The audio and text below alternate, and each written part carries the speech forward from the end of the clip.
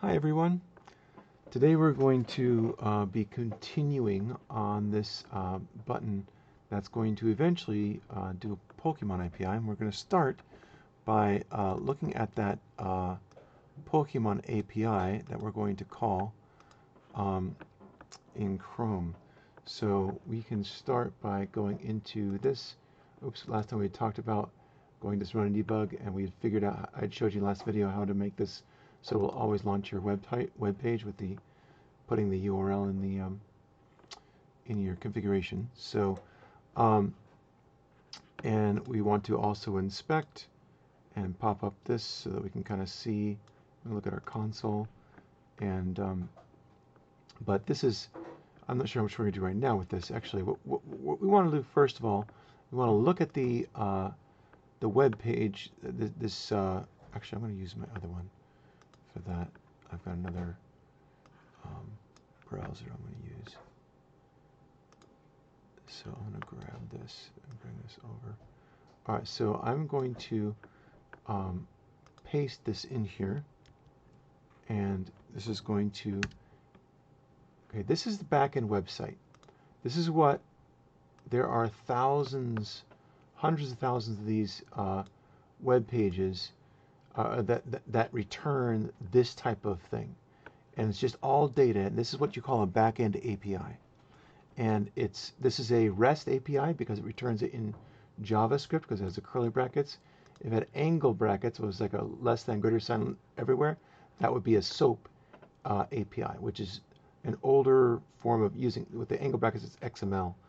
But we're going to be looking at a REST API, and this is, as you can see, it's kind of hard to read. So what we're going to do first is we're going to add a plugin. So if I go into here, this is, or an extension.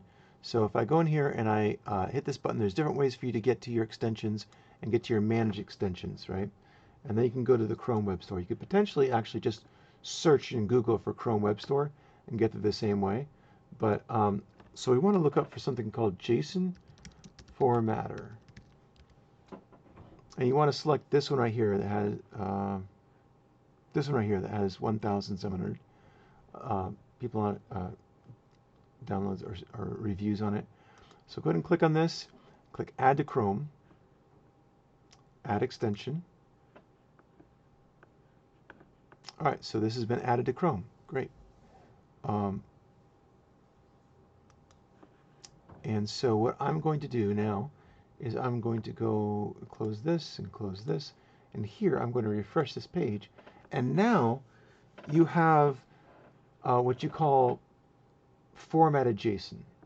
So it's easy to see. So if we click this button right here, the little arrow there, I just minimize the entire JSON. So all JSON structure, and this is in JSON format. JSON stands for JavaScript Object Notation. And so this is the, so it always starts with curly brackets on the outside because this is all an object. We talked a little bit last time about objects, and you know, this is an object, or this is an object right here. We talked about objects as well as lists. This is a list, and this right here is a list of objects. You've got one object and two objects. So this is the most basic type of object here, right? So this is a less basic type. So this is a very complicated object.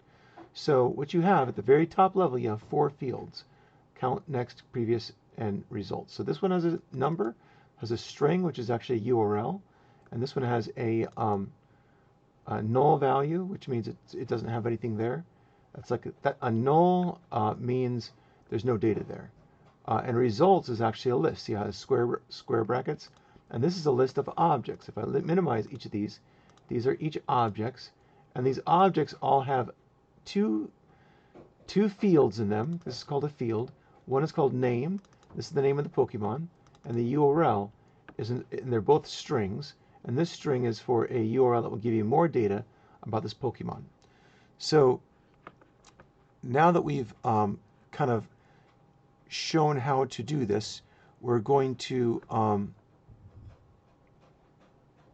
use this information to help us understand how to reference this data and display these names on the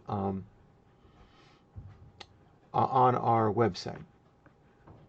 So thank you. This is the in the next video we're going to actually install jQuery, and we're going to show how to get that information from jQuery and display it on, at least in the console log to begin with. So thank you.